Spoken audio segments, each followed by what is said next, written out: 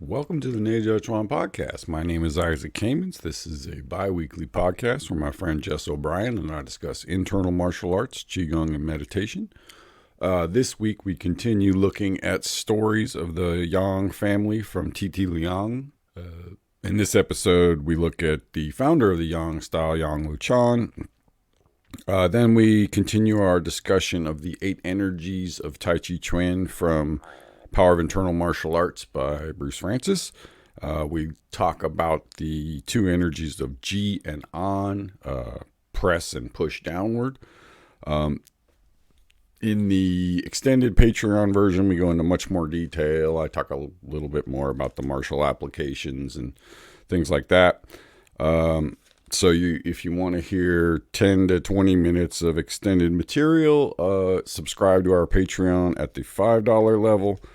And then our Patreon episode this week, we're going to continue from Baiwa's book, and we're going to discuss the concept of Dan, or the forming of the Dan, and its relationship to the Dandian, as well as its connection to spiraling energy body in our system. All right, I hope you enjoy the episode. Thanks for listening. Thanks for all your support, and take care of yourselves.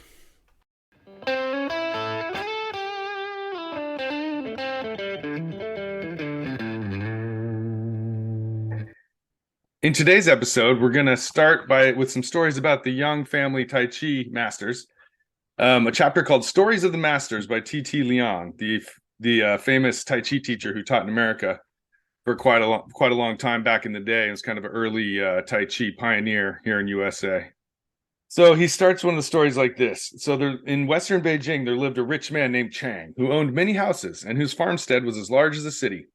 He was addicted to military pursuits and had 30 resident boxing teachers.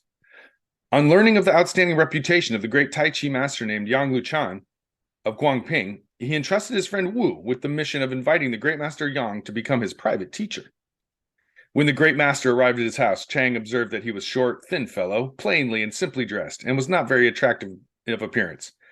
Because of this, Chang slighted him and treated him with small courtesy, and the feast provided for the teacher was less than abundant. The great master, understanding the reasons for this, poured his own wine and drank alone, as there was no one near him. Chang was displeased by this behavior and said, "I've often heard Mr. Wu mention your famous name, but I don't know whether Tai Chi can be used to strike a man." So the great master Yang replied, "Only 3 kinds of men may not be struck." Chang then asked, "Who are they?" The great master answered, "Men of brass, men of iron, and men of wood. But besides these, there's no difficulty." Chang said, "I have 30 good boxers in my house. Instructor Liu is the best among them and is capable of lifting a weight of 500 pounds. Can you do combat with him?" So they stood up and started to spar. Liu's striking postures were as ferocious as a tiger's, and his fists were as swift as a whirlwind. When his striking fist got close to the great master, Yang neutralized the striking force by turning his body slightly to the right. The force of the stroke was dissipated and rendered powerless. He then patted Liu lightly with his left hand, and the instructor fell away more than 30 feet, tumbling to the ground. Classic Tai Chi. Did just slightly body movement to avoid the blow, and then a light strike sends the guy sprawling. Yeah. Chang clapped his hands, laughed, and said, what an inscrutable art." Then he gave orders that the food on the table should be removed and a full course Manchu Chinese banquet brought, for he admired and respected the great master Yang as a teacher. Legit. Although Liu was as strong as a bull, he could not win the bout because he had no technique. Clearly, the great master won without having a strong physique. Although a man of 70 or 80 is considered old, it is possible for him to defeat numerous men because he knows the techniques of the boxing art. Even though a man is young, it is very hard for him to fight even 1 or 2 persons if he has not mastered the art. So that's the idea from the Tai Chi classics, that an old man can defeat a crowd of young men. Yeah, I was just going to say, yeah. Well, the older I get, the harder it is to believe. Well, yeah. I mean, I think what he's saying is it's like, if you spend a lifetime doing martial arts, it should get easier, right? That like you shouldn't be using a ton of effort to do your martial art, right? So definitely. I mean, the key you'd have to be keep training and keep sparring and keep testing. The better you get, you can't just sort of half-ass it and expect to get there. I don't think it's it's not just necessary. I think old man is kind of a metaphor for the idea of just someone who doesn't have a lot of, someone who's Physical not using strength, right? strength, right? Right. So it's, how does someone who doesn't have a lot of physical strength Right. or has less physical strength than someone else defeat them, which is exactly what this story is Right. about, right? Right. He's like, yeah, this guy can pick up, 500 Lee or whatever, but that doesn't mean he can, move me. It's like, Right. that I'm not a weight. I'm a Right. person Oh, with and there's that skill. idea of like brass and steel, like a man of Right. wood. Like that's heavy. So you can strike, it's hard to strike Mm. that. Interesting. Well, I mean, the idea that like, um, you can punch things that are stiff, right? Mm, That are solid. You can't punch water or a feather or, the right. wind, right? Right. That makes So, sense. All right. So then he goes on. When a man practices Tai Chi, his bones are strong, his blood and Chi are abundant, and his techniques will not diminish, even in old age. Although he is old, he is still full of the spirit of vitality. Therefore, he can defeat a great number of men. Master Yang Jianho, son of the great master Yang Luchan, once had combat with 9 people. They all rushed forward at the same time to encircle and attack him. With several turns of his body, all these people were made to stumble and fall 8 to 10 feet away from him. Master Yang was nearly 80 years old at the time. That's impressive. it sure is. It is not mere foolish talk to say that an old man can defeat a great number of men. Speed or swiftness without technique is mere confusion, not true swiftness, and therefore is of no practical use. Swiftness with technique is true swiftness and can be put to practical use. So there you have it. At age 80, young Genho is flinging aside 8 attackers, and he's said to be the nice guy. It wasn't his Right. brother Banho who's the Right. badass. I guess he didn't break anything. He just threw him to the ground 10 feet Yeah. away. Yeah. But Fighting one person it's pretty easy once some basic techniques, but once you get into fighting multiple people, your mind has to, you know, go to a different level, and you have to be able to, relax and do your thing without getting freaked out at a much higher level. And so I think that's why it's always kind of used right. as the example of the highest level is, as an old guy, like basically nobody's even going to touch you, right? That you're going to be so good at moving out of the way and yielding and, all these other things that when they try to hit you or push you, they don't get any, they don't land on anything. That'd be the idea. And maybe also like not everyone who does Tai Chi is gonna or Bagua is gonna get to that level. It's held up as your goal. That's the ideal is you've reached 80. The grandmaster at 80 can do it. Now, whether you can or not, it's a whole nother question, but Oh yeah, it can be no, done, right? But it's yeah, I not mean, saying that everyone who does Tai Chi is necessarily going to get there. But right. then again, a lot of other martial arts, if you're 80 years old, you're kind of crunchy and broken down. So, like, maybe the 80-year-old Tai Chi master beats the 80-year-old Muay Thai guy. The part about beating 8 people is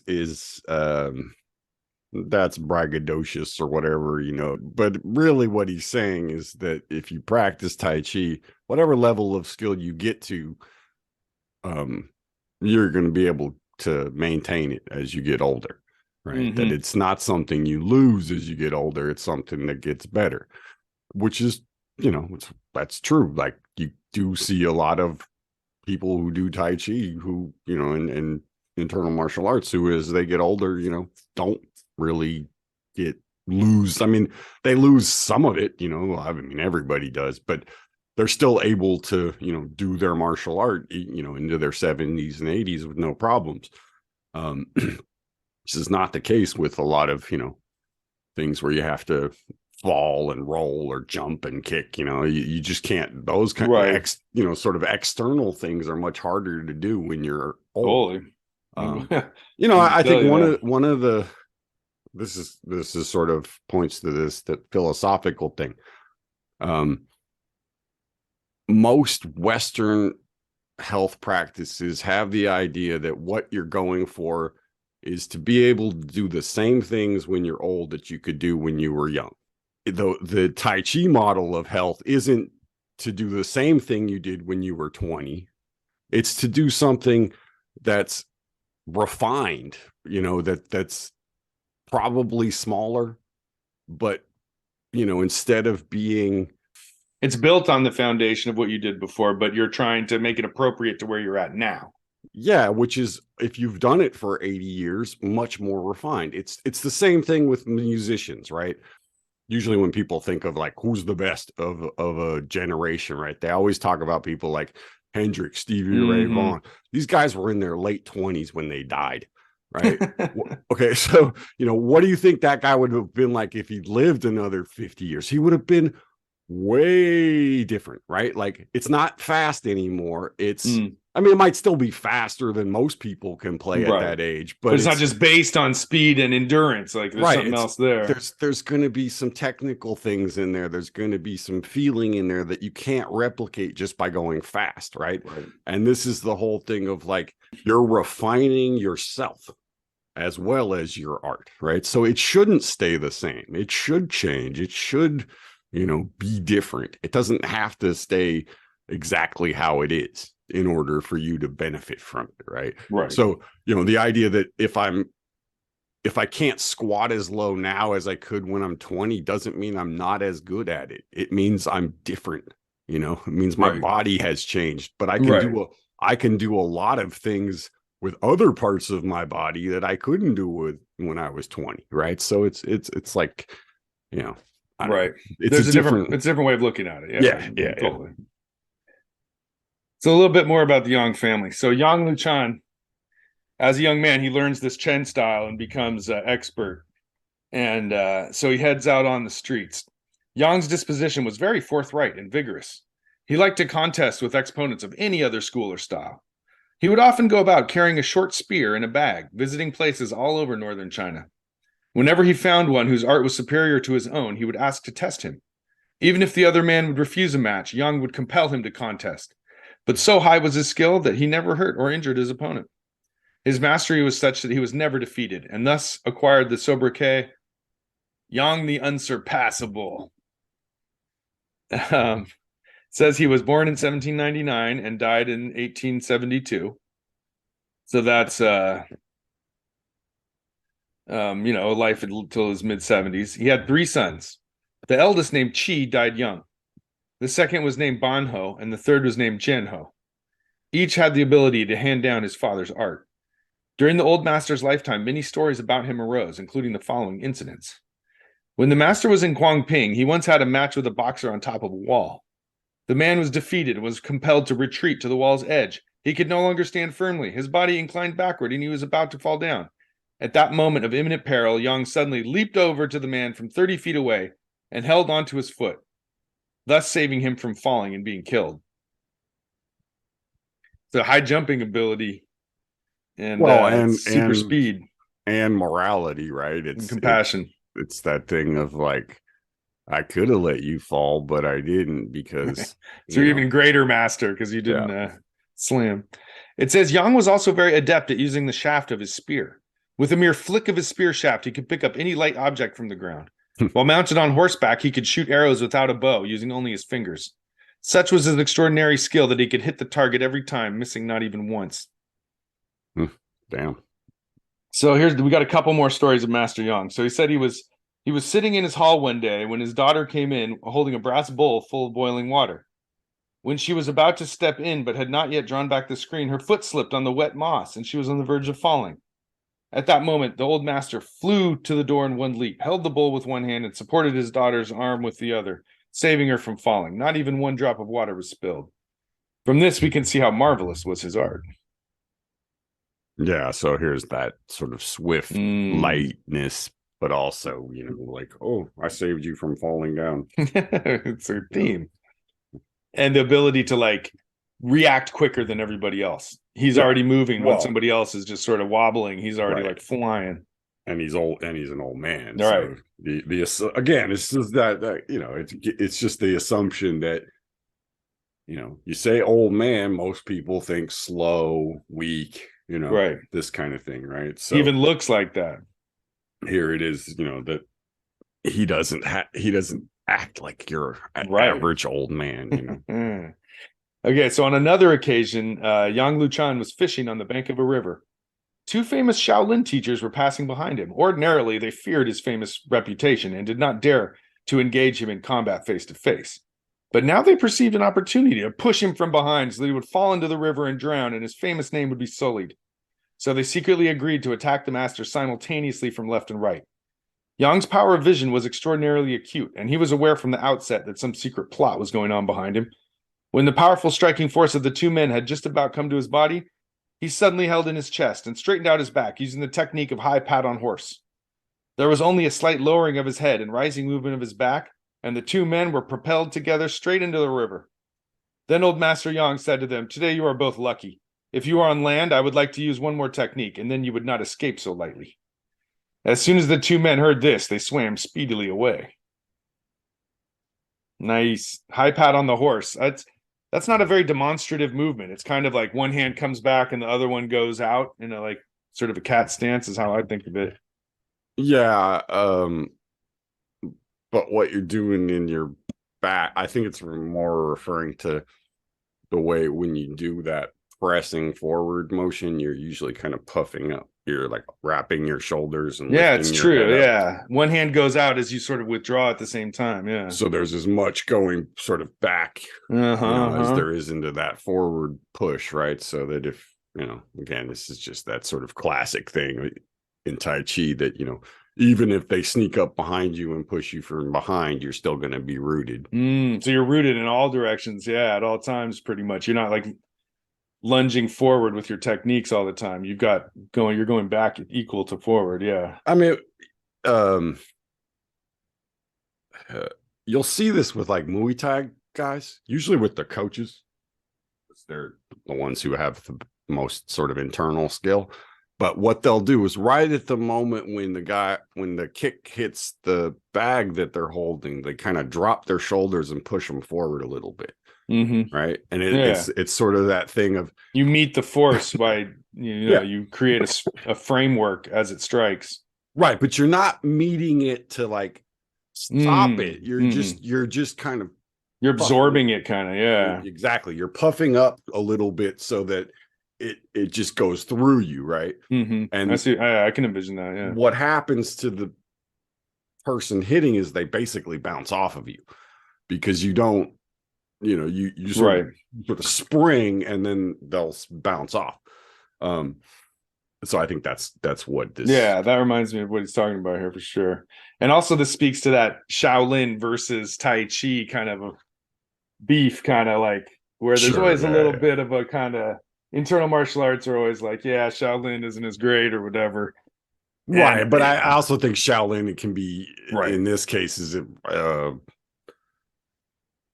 Could be any external martial art, right? He's could be praying mantis or long fist or a million different styles. But I think it does that emphasis of like it just reminds me of karate where there's just a step forward and punch type of approach is your main attack, whereas Tai Chi has that tries to be balanced in all 8 directions rather than that sort of forward attack that's so common. And the idea that if 2 people are attacking you, the force isn't coming from one direction, it's coming from 2. And so you have to be, extra connected or whatever. Yeah, super like balance. Yeah.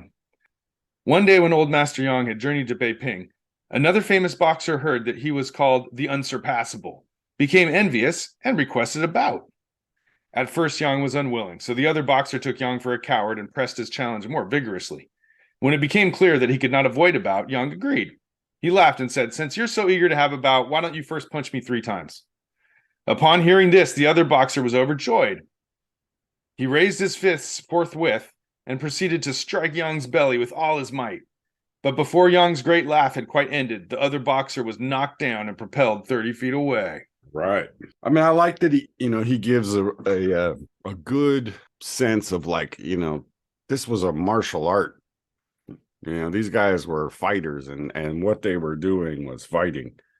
And especially in the school that T.T. Liang was a student of Chen Manqing. So I think he was kind of low key trying to correct some of the misconceptions about Tai Chi that were common in the, 70s or whatever when he wrote this book. For sure. The biggest one being that it was just about health and Right. moving slowly. That Which is funny because he himself was a huge proponent of the health aspect, right? He didn't start till he was in his late 40s and he was dying of like alcoholism and prostitutes and partying. And no, he for sure. used Tai Chi to Yeah. bring himself back to life. So like, but I love how he captures all the different sides of the art in his works.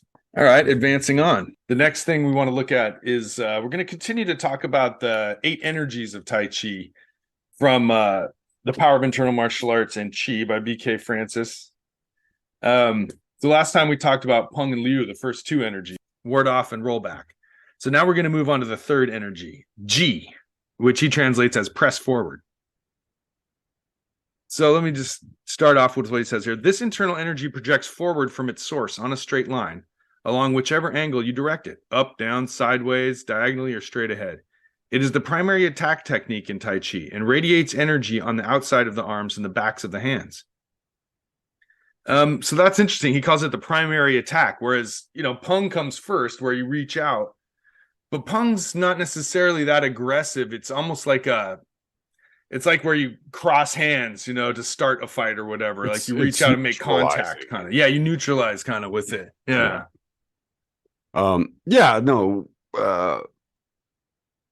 Attack forward at least. I mean, it's the projection technique, right? So it goes like a bullet, right? Whatever direction you send it, it just goes in that direction. So it doesn't where it doesn't go in all directions like Peng does or Peng's like that upward outward energy that goes every which way. Right. This is a direct.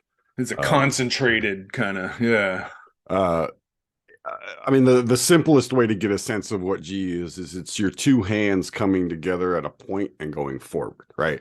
So the Star Wars fans out there, they just think of the Death Star, right? The way the beam kind of starts is like a triangle, it goes to a point and then shoots out. That's Ji, right? Mm-hmm. And it goes out like a laser beam, which is what Ji does, right? So, and it's the I don't know, jab of Tai Chi, right? It's just the straight, sort of whack. Right. So he says there's different levels of it. You start, number 1 is a simple, straightforward punch. Here you put the weight behind your whole body behind the strike. Now the second one, you do a punch, but you project a straight line of chi from your feet through your legs, torso, and spine to the part of your arm or head that is hitting the opponent. If you're kicking, the same thing applies. You project a straight line of energy from your supporting leg and spine to the part of your leg that is targeting the opponent. So you use this to generate tremendous internal power, and you're not necessarily using body weight in this case. So that's interesting. The first one, you just sort of lunge into them like we were talking about, like a traditional punch. But this, you're projecting energy, and it's not reliant on the momentum and sort of lunging. This is making energy go from your foot to your hand. So the third one says, 1 hand hits or touches the opponent, while the energy of the opposite arm and hand augments and amplifies the power of the blow, whether the non-hitting hand touches the opponent or not. So you nail them with 1 hand, then the other hand supports it. Well, that's the classic movement in Tai Chi, right? You've got 1 hand in front, 1 hand sort of pressing on the palm or the wrist, right? Right. It's called press or push against your own hand. It's the back hand, right? Not the one that touches the person. That one is relaxed in this method, right? It's the one behind pushing, right? So the first one that he mentioned is you're projecting out the hand that touches, essentially, right? Then you have the thing of it projecting out from the rear behind hand, right? Yeah. And he says that later this progresses to just mentally projecting energy from the augmenting hand to the striking surface of the contacting hand or arm. So that's what you're saying now. Yeah. So in this case, it's the backhand that's supplying the chi. And then here's the fourth one, this Death Star you were talking about. Energy from both arms is first focused at a point in space beyond the actual striking surface. The energy is then projected forward from that spot, which is usually deep inside the internal organs or brain or the opposite surface of the body. For example, if you touch someone's chest, the focal point would be the spine, or even a point in space beyond the spine. Yang style postures such as step forward, parry and punch, press, shoulder stroke, and fan through the back typify this energetic technique. So step forward, parry and punch. You sort of you chop, you turn, you put out a punch, and there's that supporting second hand does always in all Tai Chi styles is touching the forearm or somewhere, right? When you go to punch. Well, it doesn't have to be touching it, but it's projecting through it. Yeah. But it's usually like hovering right there, right? I mean, that's that when you see that, that's like a hallmark of Tai Chi punching. So why don't we take a look at An? Okay. An creates a downward movement of energy. It is a yin internal energy that can radiate energy from both yin and yang meridians of the arms and hands. It is equally attack-oriented and defensive in nature. To get a sense of what push downward is and how it works, try one of these things. In a chair with the armrest, sit down and with your palms firmly on the armrests and raise your body off the chair by pushing downward with your palms. Or if you're sitting on the ground, you push your butt off the ground by pushing down on the ground with both your palms. So that's what he describes as the push energy. Mm-hmm.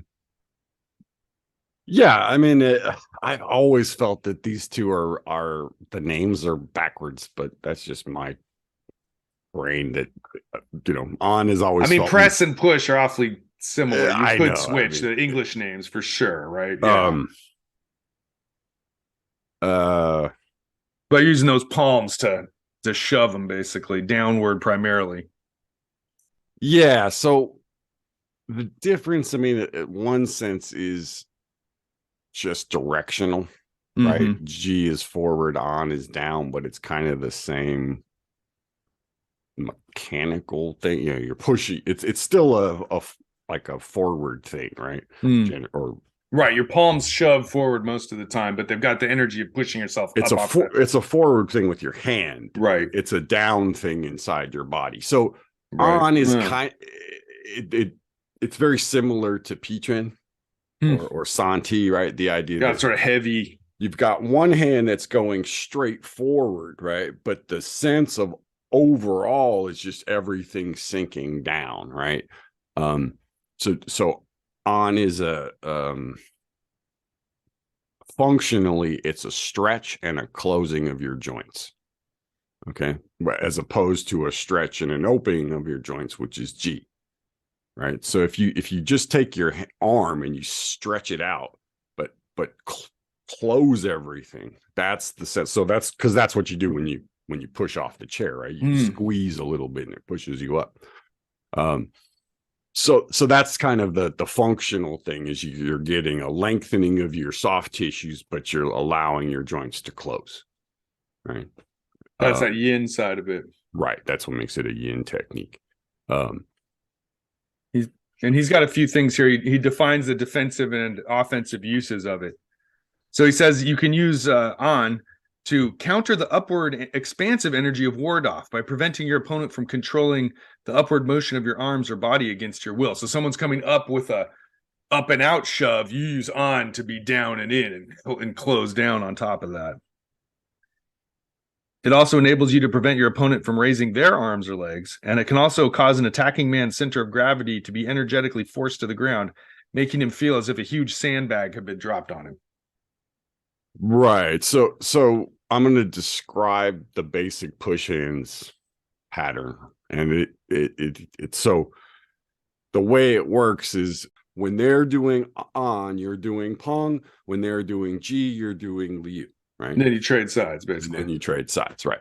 It's a real basic pattern. So, but what it gives you is this thing of, it's equal and opposites, right? So my lifting and opening, my bending and opening, which is Peng, you match that with a stretch and a close, right?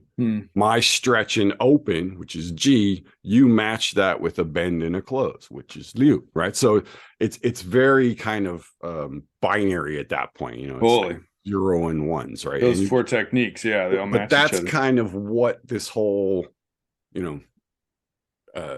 these first four kind of give you is a circle, right? They give you a right, and then the next four are how you start to make things that aren't circles. Diagonals, right? basically. Yeah, exactly. And also, I love that idea of the huge sandbag. That's where you go swinging into Kumar and he just puts his arms down on you and you just sort of locks you to the ground, kind of like they're just these big heavy hams that drop and stick to you and you can't seem to get out of this quicksand kind of. Right. So the difference is like, if you do that same motion with Pung, your arm will kind of bounce off, like it springs up. If you do it with On, it's like, so it's sort of like bouncing a tennis ball versus dropping a sandbag, right? Or a hacky, so On is just that feeling of when it drops, nothing bounces back up, right? Nothing knocks. Right. Sandbag doesn't bounce. It just thwumps. The down and the rising that is a result of that downward force is what just kind of circulates back into the next movement. So right. So I mean, that's why, again, I don't, even though they are 4 different distinct things, you really got to think of these as just the 4 parts of a circle, right? Because it never up and out, down and back. Yeah, there's a loop that's continuous one to the next. This is the microcosmic orbit that Baiwa is constantly talking about, is moving through that circle, and essentially that's the the core element of Tai Chi. Right. And those 4 moves tend to be Tai Chi's most famous. So here's the attacking motions of push. So he's got 2 ideas here. It tends to make your hands incredibly heavy so that they crash through your opponent's body like steel through tin. And secondly, it can send a powerful wave of energy downward through an attacking man's body down to the boundary of his energetic aura beneath his feet. This action can sever your attacker's energetic root. This downward wave can spark an ascending energy wave, which, when it moves upward, causes him to be uprooted. His feet leave the ground. So rather than the sort of Fa-Jin blast of Jin, this is you shove them down, and your arms are incredibly heavy, like I was just saying. Yeah. Right. So if you were doing a press, right, you would be essentially picking them up. Right. So you're breaking their root by lifting them up. With On, you're breaking their root by pushing them down and sort of bouncing them. Right. So this is the idea of bouncing the basketball, waiting till it comes up, and then that's exactly what he says in the next paragraph. He says the many short Tai Chi masters, from Yang Luchan to Chen Manching to Liu Hongjie, favored this push downward technique, especially when they added a little rising ward-off energy once the basketball, the opponent's body, was already bouncing upward to make it go even higher. That's what you're saying right there. That's what sometimes gets called Tifa, right? Lift and push, right? So the idea that you're not just bouncing them and pushing them straight, you're bouncing them, lifting them up just a little bit, and then pushing. That's the cover of this book, basically. Yeah, that was one of Bob Tangora's favorite techniques. Just bounce you up and then catch you. And he was also a basketball player, so I think that had something to do with that. Okay, so that concludes our discussion of the energies of Ji and An. All right, let's check in again soon. Talk to you soon. Bye. Later. Hey, folks. Hope you enjoyed the episode. Thanks for listening. Don't forget to check out the Instagram for images to go along with the episodes. And again, check if you want to hear the extended episodes and the Patreon episodes, go to our Patreon and subscribe at the $5 level, and you'll get all of the current stuff. And if you want the full archive of everything we've ever done, plus all the interviews, that is a $10 subscription per month. All right. Thanks a lot for listening. Take care of yourselves and be well.